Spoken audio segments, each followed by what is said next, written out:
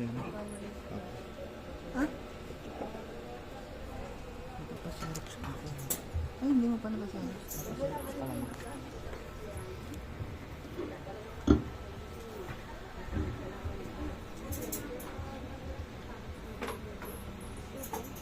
Magandang umaga sa ating Panginoon Diyos at sa lahat po ng mga kapatid ko ay magandang umaga, no? At ako rin po ay magpapasalamat din po dahil nga sa umagang ito nandito po si Brother Ronald, no? At ang kanyang asawa, no? At yung aming apo naway luubin po ng Panginoon na darating din po yung linggo, no? Na kami po ay magkatipon, no? Sa isang pamilya dahil nga yung aking panganay wala naman po dito sa Libis, no?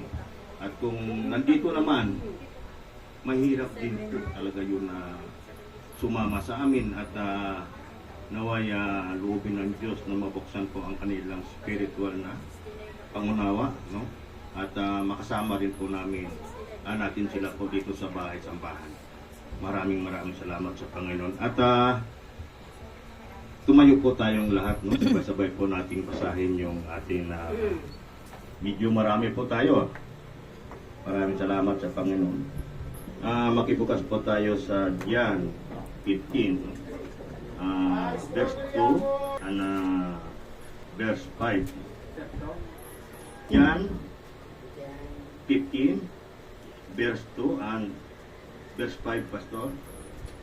So, nandyan na po tayong lahat. Basahin po natin. John 15, verse 2, basahin po natin.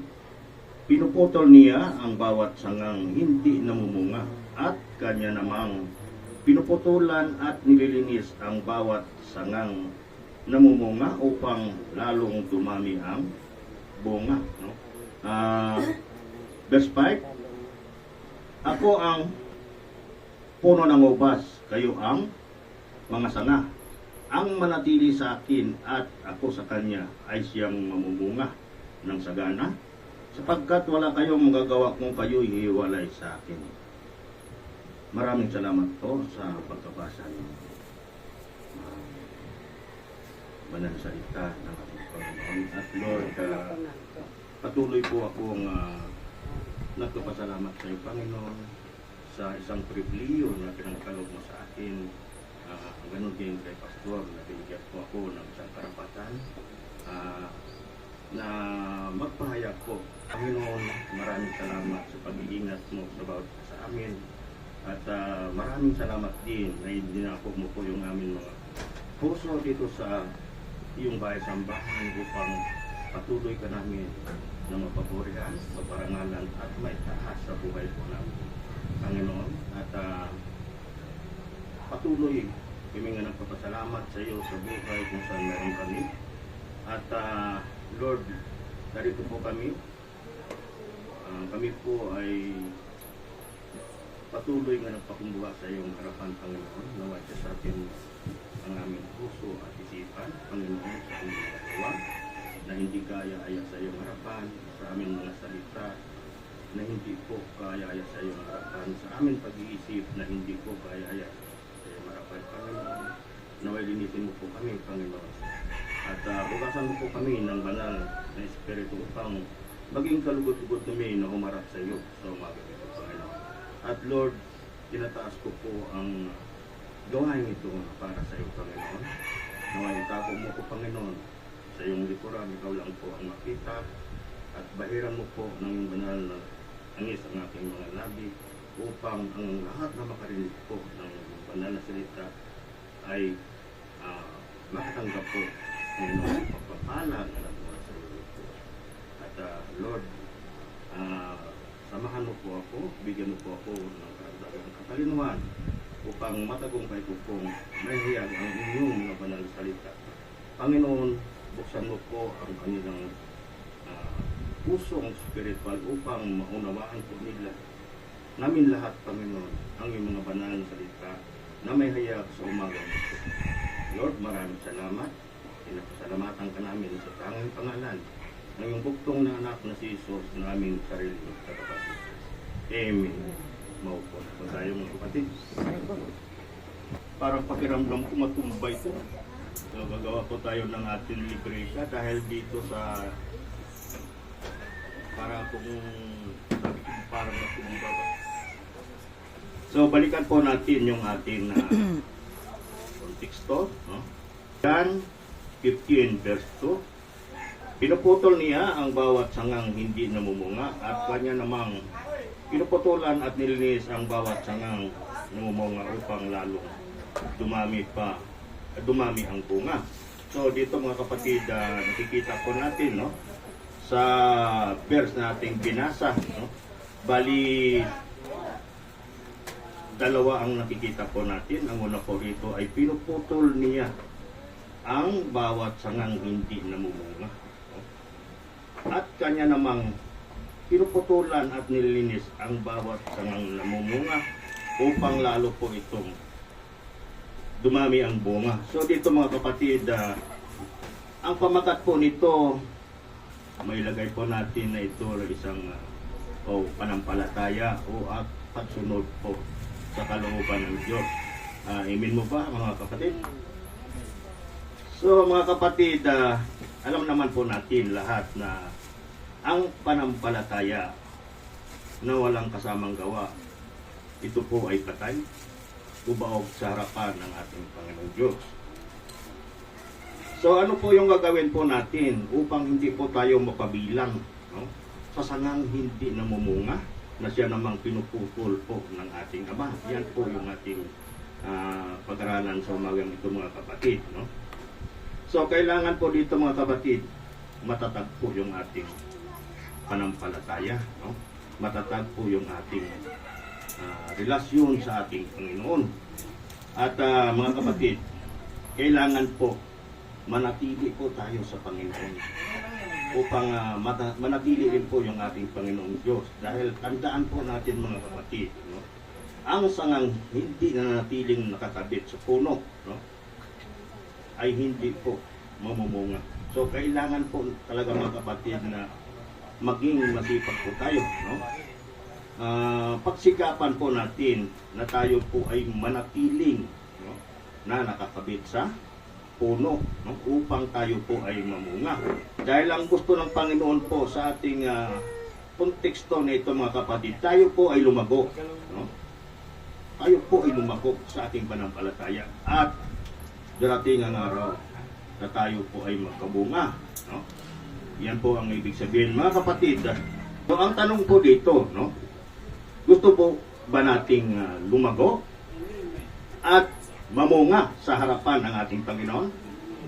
Amen po, no? Lahat po tayo gusto po natin mamunga, no? Lumago at mamunga sa harapan ng Diyos, no?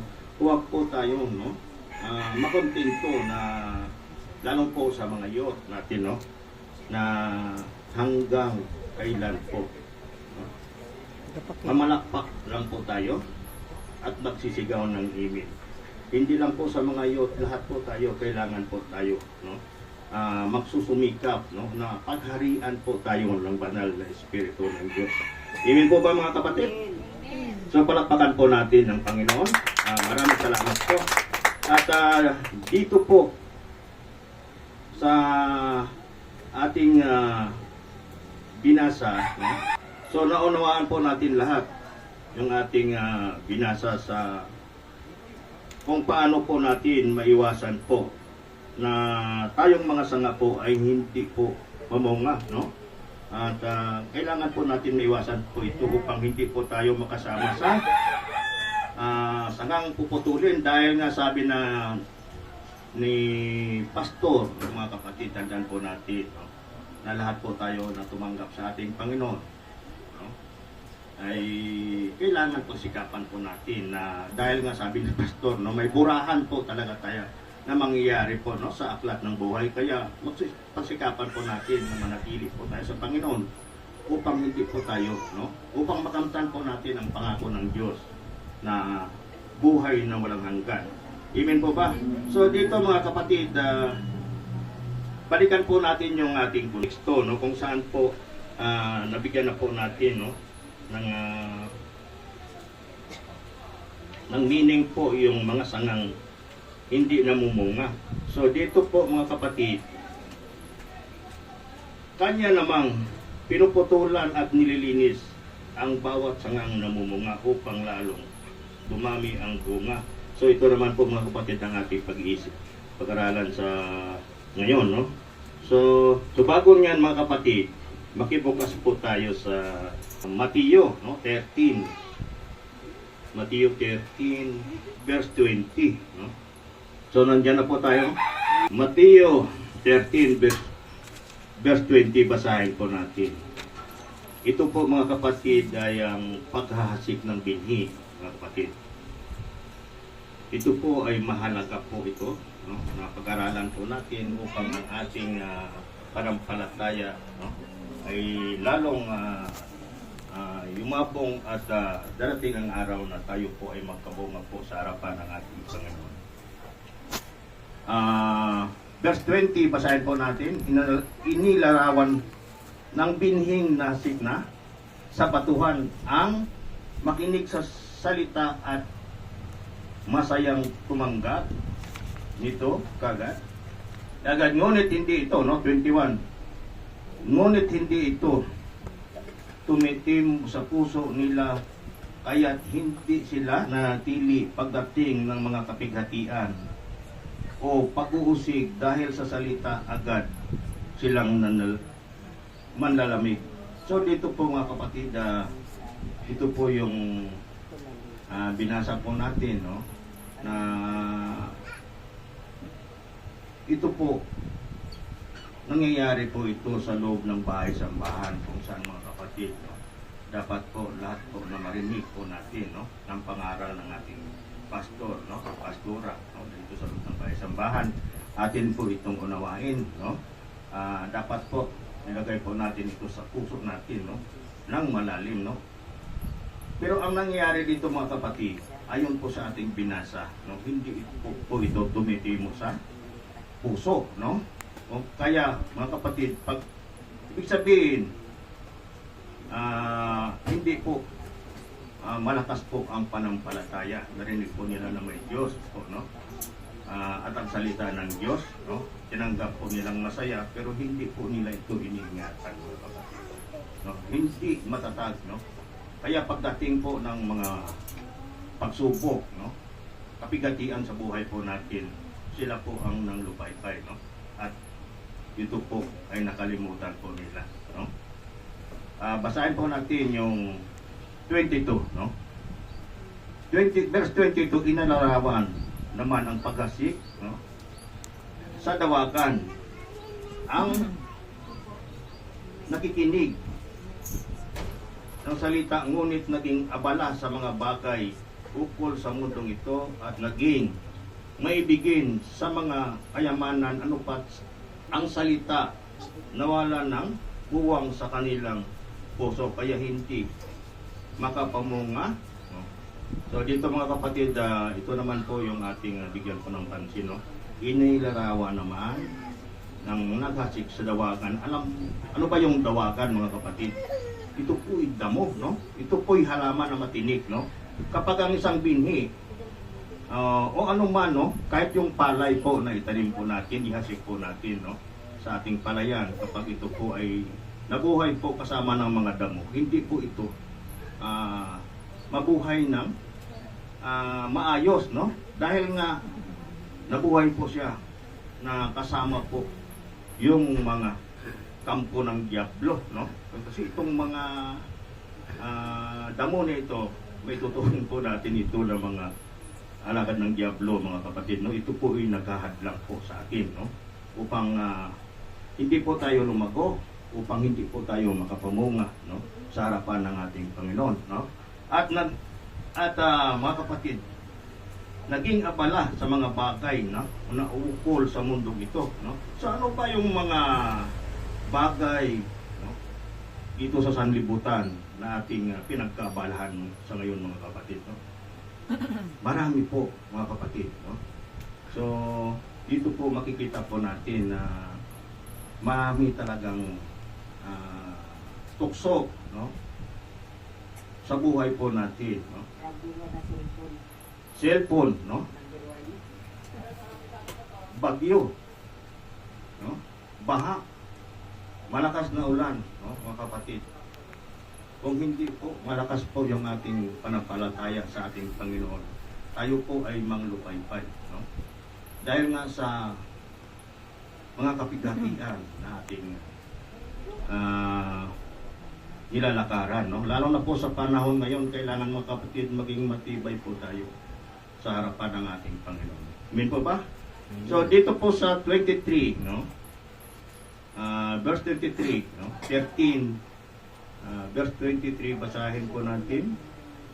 At inilarawan ng nahasik sa matabang lupa ang mga nakikinig ng salita at nakaunawa nito ay namumunga ng may tig-100, may tig-30, at may tig-6 na po, at may tig-30 po. So dito mga kapatid, no, ito po yung dapat tularan po natin, no? Ito po yung verse 23, no? Kung saan po tayo po yung isang binhi po ay naihasik po sa matabang lupa, no? Ibig sabihin ang matabang lupa, no? Mayaman po ito sa protina, no? Ng lupa. Maaring kung ang lupa kasi, no, may itim, no, o masabi natin na may compost, no. Alam naman po natin yung isang halaman o tanim na tumubo po sa lugar na yan, kahit na nga po hindi po natin lalagyan ng pataba, no, ito po ay lalago, no, at talagang mamumunga, no. At dito po inihalin tulad po ito, no, sa ating nilalakaran ngayon, no, kung paano po tayo lumago, no, sa harapan ng ating Panginoon, no, kung saan po kailangan po natin ang lahat po na ating binasa, no, sa salita ng Diyos, no, at atin itong pagyamanin mga kapatid, no. Kailangan maitanim ito sa ating puso, isipan ng malalim, no. At mga kapatid, hindi lang kasi ito babasahin po natin. Kailangan po dito, kailangan na dito po yung aksyon, no, o gawa, no, upang tayo po ay mamunga, no? Dahil kung basahin lang po natin ito, pag hindi po natin gawin, no, so mahalin tulad po tayo sa sangang hindi po namumunga kung saan siya namang pinuputol ng Ama. So kailangan mga kapatid, huwag ho tayong matigas ang ulo, no? Dahil ito po ay nakasulat sa Bible. Kapag narinig po natin, no, yung mga pangaral ng pastor at pastora dito sa loob ng bahay sambahan, pagyamanin po natin ito mga kapatid. Kailangan maitanim po ito ng malalim sa ating puso, no? At magamit po natin ito sa pang-araw-araw natin ng buhay. At kailangan din mga kapatid na matuto po tayong manalangin, no? Kailangan maging matatag po yung ating panampalataya. Matuto po tayong manalangin palagian dahil mga kapatid, ang matatag na panampalataya at panalangin na walang patid na may kasamang pagpasalamat sa ating Panginoon, ito po ang pinaka, no, sandata, no, mahalagang sandata nga dapat po mapasa atin, no, dahil wala po maaring makagapit po sa atin dahil po ang Diyos ay kasama po natin. Amen po ba? So dito mga kapatid, no, balikan po natin, no, yung ating verse, no. So anong gawin natin upang tayo'y mamunga, dahil ito ay ibig ng Diyos na mangyari sa bawat isa sa atin, no, sa kanyang harapan. Kailangan natin manatili tayong nakakabit sa puno ng ubas, dahil ang puno ng ubas, no, sa verse 5, no, anong sabi ng Panginoon? Siya po yung puno ng ubas at tayo po naman ang mga sanga. So, dahil ang puno ng ubas ang ating Panginoong Hesus, no, ugaliin po nating magbasa ng Bible palagian, no, mga kapatid. Isa po ito sa mga dapat gawin po natin upang sumago po tayo sa harapan ng ating Panginoon. Basahin natin ang Bible palagian at bago natin basahin ang Bible, no? Manalangin po tayo sa ating Panginoong Diyos. Hilingin po natin na bibigyan po tayo, no, ng karagdagang katalinuhan, mga kapatid, upang maunawaan po natin, no, yung mga salita ng Diyos na ating binasa, mga kapatid. At naway mga kapatid, ang lahat po nating binasa, ito po ay maitanim po sa ating puso at isipan, no? Sa ating puso, mga kapatid, no? Mga kapatid, gawin po ninyong ilagak po natin, no? Yung salita ng Diyos na ating binasa, ilagak po natin sa ating puso. Hindi lang po yung mga words na binasa po natin, ganun din po yung mga verse nito. Katulad po sa kay pastor, no? Anytime na magbukas siya po ng Bible, magsalita po siya, ay naalaala po niya kung saan ang verse na ito. Kaya mga kapatid, ugaliin po natin na magbasa ng Bible. Tandaan po natin, no? I-restore po natin sa ating puso, mga kapatid, no? Dahil pagdating ng araw, mga kapatid, magagamit po natin ito, no? Magagamit natin pagdating ng panahon, no? At huwag nating kaligtaan na magsamba, mga kapatid. Ito po ay mahalagang bagay, mga kapatid. Pero hindi naman dito nakalagay, mga kapatid, na hindi na rin po tayo talaga magsamba, no? Dahil may mga dahilan, mga kapatid, no? Na kung mayroon po tayong mahalagang dahilan, pwede po tayo, mga kapatid, no? Na mapaliban po yung ating pagsamba. Dahil kung nagbabasa po tayo ng Bible, no, sa panahon ng Lumang Tipan. Dahil tandaan po natin, ang pagsamba o ang araw ng pamahinga ay sagrado ito, mga kapatid. Kung saan, mga kapatid, sa Lumang Tipan, ang isang taong mahuli na lumabag po, no, sa araw na yun, siya po ay hulihin at batuhin po kasama ng kanyang pamilya, no? So tandaan po natin, mga kapatid, kung ang sinabi ng ating Panginoong Hesus, no, ano sabi niya? Siya yung Alpha, no? Siya yung Omega, no? Yan ang tandaan po natin kung sino ang Diyos noon at itong kasalukuyan at sa huling panahon ay isa lang, mga kapatid. Kaya po, no, tandaan po natin yung mga bagay na ito, mga kapatid, no? Kung saan ang batas ni Moises, hindi po natin ito, mga kapatid, maaaring isang tabi, no? Ang batas ni Moises ay ito po ay matibay dahil nga po ito po batas nito ang huhusga po sa ating pagdating ng araw. Amen po ba? So ibig sabihin, mga kapatid, sagrado, no? Bisa, no? Ang araw ng pagkapahinga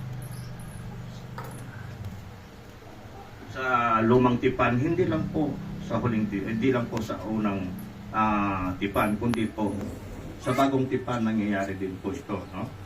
At ito po, mga kapatid, no, ang pagpaliban po nito sa mga gawain po sa mga mahalagang araw, no, nagpapakita dito, no, kung napapasa po kayo ng Bible, no, si Haring David, no, pumasok po sa bahay, sambahan o sa templo ng Diyos kasama ng kanyang mga kawal, no? Dahil po sa kadahilanan na sila po ay nagugutom, no? Dahil po bawal po talaga nakainin po yun, yung tinapay na yan. Dahil po ito po ay nakalaan lang po ito sa mga saserdote, no? So nung araw na yan, mga kapatid, once na ginalaw po yan, maaaring mamatay po yung isang tao. Pero dahil nga po, no, sa kadahilanan, no, na dapat po talagang mangyayari, no, hindi po sila pinarusahan ng Diyos. Amen po ba?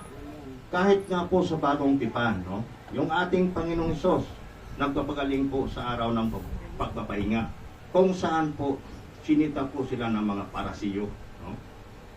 Ang ating Panginoon sinita po ng isang parasiyo dahil po itong mga parasiyo na ito, mga kapatid, sila po ay matalino, no? Alam po nila yung batas na nagmula po kay Moises na kapag sa araw ng pahinga, mga kapatid, kailangan walang tao po na marinig na magpokpok dyan sa labas, no? Kailangan ang lahat po nakapahinga, no? Ang lahat po kailangan sumunod sa alituntunin na ganyan, no? Kapag ikaw po ay nahuli na gumagawa ng mga bagay, no? Lumabag ka po, no? Sa kautusan, ikaw po ay parusahan hanggang mamatay po. So, dito po sa nangyari po sa ating Panginoong Hesus, no? Anong sabi ng ating Panginoong Hesus? Na kapag dahil ay araw ng kapahingaan po, napagaling po yung ating Panginoon, no? Isang may sakit, sabi nga nila, no? Bakit po, no? Lumabag po yung ating Panginoon, no? Utos, no? Kung saan po na ang araw po ng kapahingaan, lahat po ng tao ay mamahinga, no? Sa piling ng ating Panginoon. At bakit po napapagaling po siya ng isang may sakit? Anong sabi ng ating Panginoon? Kapag halimbawa yung iyong, no? Kalabaw o baka nahulog sa balon, no? Kailangan ora mismo ito po ay iangat mo. Dahil kung iantay mo po yung araw ng bukas, ang batang ito o yung kalabaw ito ay mamatay. So ibig sabihin mga kapatid, makagawa pa rin po tayo, no? Ng paraan, no? O dahilan na kung minsan po hindi natin maiwasan na mayroon talagang mga bagay na nangyayari po sa buhay po natin na kailangan po, no? Makapag-absent din po tayo. Pero tayo po, wag po natin pangunahan ng ating Panginoon, no? Na kapag araw ng linggo, mga kapatid, na hindi naman po ito importante, no? Wala akong pinatatamaan po dito, no? Ito po talaga ay nakasaad po dito sa Bible, mga kapatid, no? At kailangan po itutuwid po natin ito. Na kailangan po dito, mga kapatid, mayroon po yung sapat na dahilan, no? Yung mga kadahilan ng iyon, no? Na ibinigay ko po sa inyo tungkol po sa kay Haring David at tungkol po sa ating Panginoong Hesus, no? Ito po yung mga matibay na mga dahilan, mga kapatid, no? Dahil, limbawa, nagsamba po tayo, no? Pagkasunod na linggo, di muna ako magsamba dahil marami akong labahan, no? O niyaya akong maligo ng kaibigan ko, no? So mga kapatid, isipin nyo muna ng mabuti yan, no? Dahil nga po mga kapatid, ang araw ng kapahingan, ito po yung utos, no? Nga nagmula sa ating Panginoon. So, mga kapatid, kailangan din po, no? Tayo po ay mag-attend po sa Bible study, mga kapatid, no? Dahil nga po ang Bible study, mga kapatid, isang oras lang ito, no? Sa gabi. Kung mayroon kayong panahon, mga kapatid, katulad sa nababasa po natin na ang pinakamahalaga kasi po dito, mga kapatid, kailangan po nga tayo po ay mamunga, no? Ako yung mabong at mamunga sa harapan ng Diyos. Sumunod po tayo sa kalooban ng Diyos, mga kapatid. Makibukas po tayo sa John 12:26, nandiyan na po kayo. So anong nakasulat po dito, basahin po natin. John 12:26, no? Verse 26. Dapat, sabi ng Panginoon, sumunod sa akin ang naglilingkod sa akin, at saan man ako naroon at naroon din ang aking lingkod, parangalan ng Ama ang sinumang naglilingkod sa akin. So mga kapatid, dapat munawaan po natin yan, no?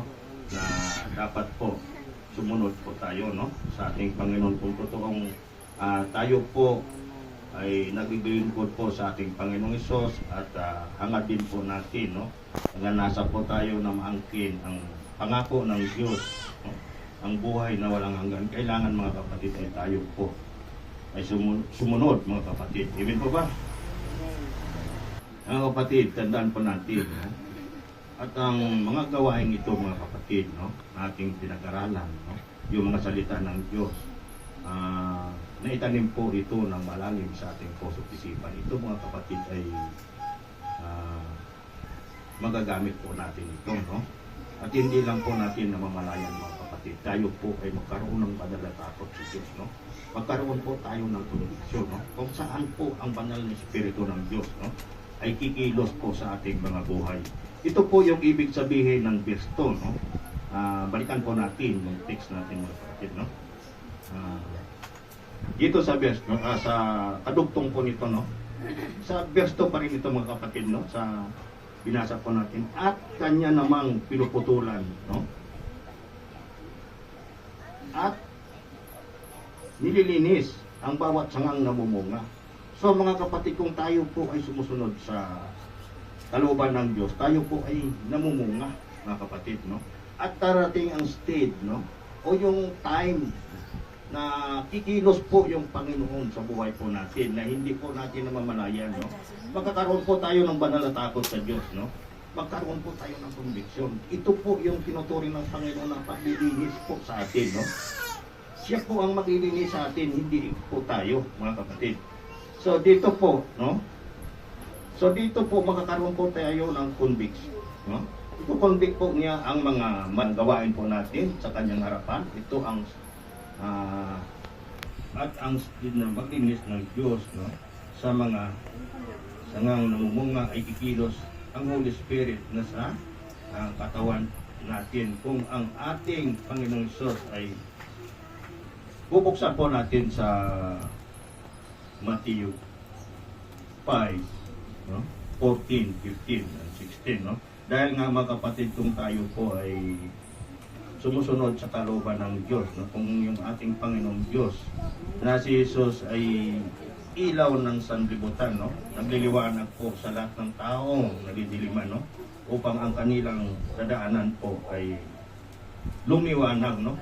Mailayo po sila sa kalikuan at maging matuwid po ang kanilang tatahakin, mga kapatid, no? Buksan po natin yung Matthew 5, 15, 14 and 15, no? So dito po, no, nandiyan na po kayo. Katulad sa nababasa po natin sa Bible, no, na nakasulat kung yung ating Panginoon, siya po ay ilaw ng sanlibutan, no? Nagliliwanag po ito, no? Sa mga taong nadiliman, no? Upang lumakad po ito sa kaliwanagan. So dito sa 14, no, kayo ay ilaw ng sanlibutan. So mga kapatid, tayo ay tinuturing din na ilaw ng sanlibutan. Ito po yung napakagandang pakinggan, mga kapatid, no? Kung tayo po ay sumusunod sa kalooban ng Diyos, no, maging ilaw po tayo ng sanlibutan at hindi, no, may tatago ang isang lungsod na nakatayo sa ibabaw ng burol, no? 15, walang nagsisindi sa ilaw at naglalagay ito sa ilalim ng takalan. Sa halip ay ilalagay ito sa talagang patungan upang matanglawan ang lahat ng nasa bahay, no? Nasa bahay, no? 16, gayon din naman, dapat ninyong paliwanagin ang inyong ilaw sa harapan ng mga tao. Mga kapatid, ito po sa harapan ng mga tao. Nangangalay lang. Upang makita nila ang inyong mabuting gawa at luwalhatiin ang inyong amang nasa langit. So dito mga kapatid, ito po yung mangyayari po, no? Kung tayo po ay lumago at namunga sa harapan ng Diyos. Katulad sa sinasabi ko mga kapatid, hindi lang po natin namamalayan. Ang Panginoong Diyos, no, ay kikilos po sa ating buhay. Magkakaroon po tayo ng banal na takot sa Kanya at ikukonvict ng ating Panginoon ang lahat po nating ginagawa, no? Hindi po kaaya-aya sa Kanyang harapan. Kaya nga po mga kapatid, limbawa, no, ang sugal, no, alam po natin, sabihin ng Panginoon niya, no, ibubulong sa atin yan, huwag ka dyan, no, dahil ang sugal po ay hindi po nanggaling sa Panginoon, no, ay nanggaling sa diablo.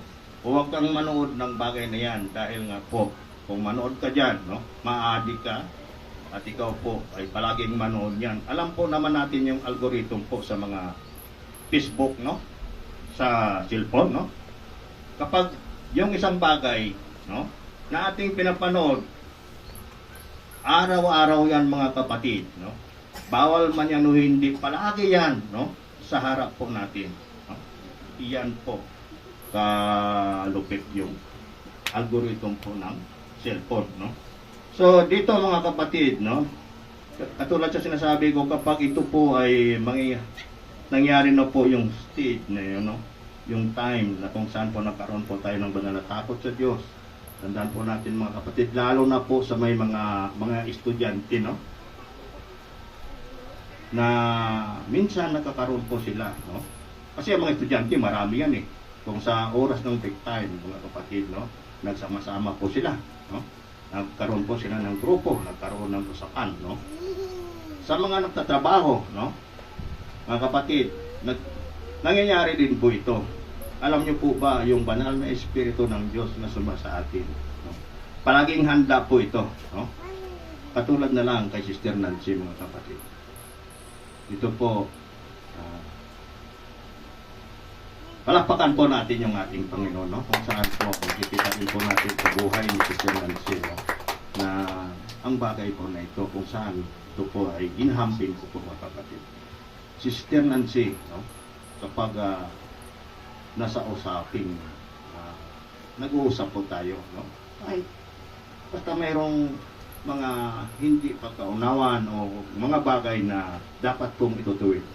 Ang banal na Espiritu nga sumasa atin, mga kapatid, palaging naghahanda yan, no? Naghahanda ng verse yan, naghahanda ng mga salita upang ituwid po ang mga pagkakamali, no? At dahil po dito po, mga kapatid, makikita po tayo, no? Katulad sa sinasabi ko, no, sa mga estudyante na nakatipon-tipon na ang yung banal na Espiritu na sumasa atin, palagi lang po naghahanda yan, mga kapatid, na sumingit po sa usapin, no? Upang, no, yung mga hindi po naliwanagan, no, ay magkaroon ng liwanag, no? Amen po ba, mga kapatid? So dito po makikita po natin yung taong lumago, no, at namumunga. Taglay po niya ang mga katagian nito, no, kung saan po siya po ay nagre-restore po ng mga salita ng Diyos, no? Nilalaga po niya ang salita ng Diyos sa kanyang puso, yung mga verse kasama po nito, dahil, mga kapatid, hindi po magbibigay po ng pahayag ang isang tao na pinasihan ng banal na Espiritu kung wala po itong supporting verse. So, mga kapatid, kailangan lang po tayo na maging masipag, no? Ulitin ko, mga kapatid, ang araw ng pagsamba. Huwag po natin itong kaligtaan, mga kapatid. Ito po ay mahalaga po sa bawat isa sa atin, no? At ang pagkaroon po natin ng Bible study, no? Mga kapatid, mahalaga po ito. Dahil pagkatapos ng Bible study, no, alam niyo po kung anong ginagawa po namin dito sa bahay-sambahan. Kami po ay nakatipon-tipon, no? Naghahawak ng kamay, no? At nananalangin, no? Tandaan po natin, ang panalangin ay siyang pinakamabisang sandata po, mga kapatid, no? Upang mapaglabanan po natin ang diablo, no? Upang mapaglabanan po natin ang ating mga problema, no? Ang araw-araw sa buhay natin. Anong sabi ng Panginoon? Hingin ninyo, no? Sama, no? Ang mga bagay na ibig ninyo sa kanyang pangalan ay kanyang ipagkaloob. Kung hindi po tayo nasa Panginoon, isang araw man, mga kapatid, isang linggo man tayong magdasal, wala pong mangyayari. Amen po ba, mga kapatid? Dahil po wala doon po yung hindi po dinidinig po ng Panginoon, no? O tinutugon ng Panginoon ang mga panalangin ng mga makasalanan. Yan ang tandaan po natin. Kaya, mga kapatid, magpalit loob po tayo sa Panginoon, no? Higpitan po natin ang ating panampalataya. Sa ngayong panahon, manalangin po tayong walang pati kasama ang salamat sa ating Panginoon upang malampasan po natin, no, yung ating tinatahak na pagutong, ang mga tuksong darating sa buhay po natin, at sa mga kapighatian na hindi po natin alam, no, na darating po sa atin, no. Kaya, mga kapatid, hanggang dito na lang, no, ibigay po natin ito kay Pastor, no. Pastor.